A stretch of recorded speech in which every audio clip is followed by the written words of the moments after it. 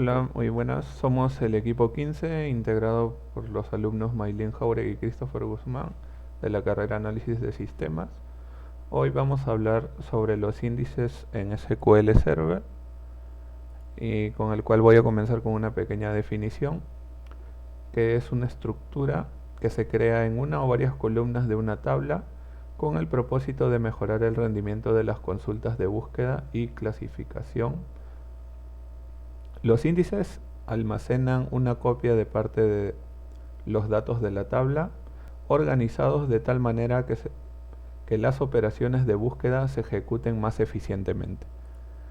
Y como importancia también tenemos que los índices son fundamentales para mejorar el rendimiento de las consultas en una base de datos sin índices adecuados. Las búsquedas en grandes conjuntos de datos pueden ser muy lentas. Los índices permiten acelerar la recuperación de datos al proporcionar una vía rápida para encontrar registros que cumplan con ciertos criterios. Bueno, ahora para hablar sobre el siguiente punto le doy pase a mi compañera. Bueno, yo les voy a hablar sobre las ventajas y desventajas de los índices. Una de las ventajas es mejorar el rendimiento de las consultas SELEX al reducir el número de los registros que deben ser escaneados. También ayudan a mantener la integridad de los datos al permitir la definición de claves únicas. Facilitan la clasificación de datos de manera eficiente.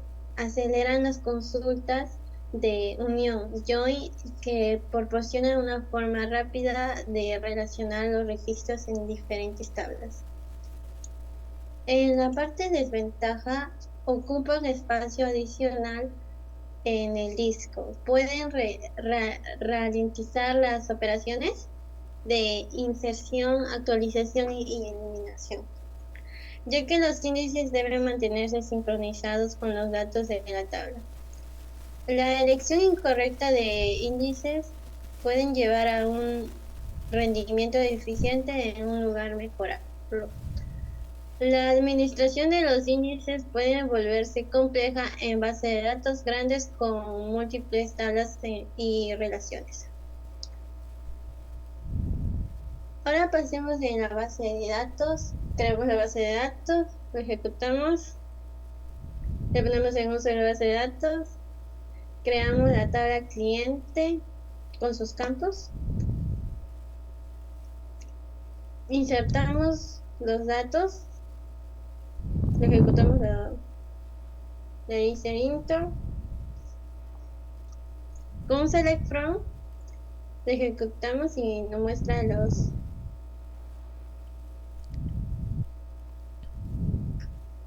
Y como vemos que ahí está el desorden, los nombres. Eh, en tipos de los índices está en agrupados. Vamos a ejecutarlo para agruparlos. Ejecutamos para obtener información sobre los índices de la tabla cliente y vemos que se agrupó el índice. Con el signo from vamos a confirmar que se agrupó alfabéticamente. Ahora vamos a ejecutar los no agrupados de Gmail.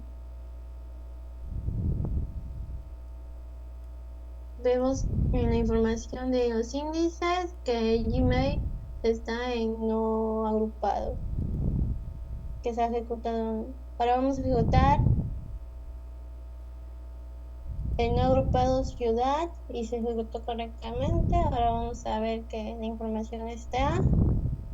Y como vemos que ciudad se ejecutó correctamente en no agrupados. Ahora le doy paso a mi compañero para que expliques los demás tipos de los índices. Bueno, siguiendo con el tipo de índices, tenemos el tipo de índice único en esta que nos garantiza que los valores de la columna indexada sean únicos en la tabla. y los vamos a crear. Como esto ya lo hemos creado, ahora mostramos, y como vemos en el campo único que hemos creado en el email, ahora lo tenemos aquí. Luego también podemos aplicar un filtro. El filtro nos crea, bueno, nos limita los datos indexados a un subconjunto de filas de la tabla. Lo creamos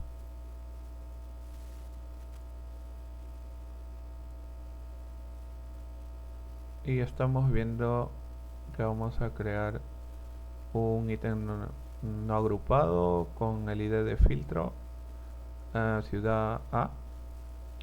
En este caso en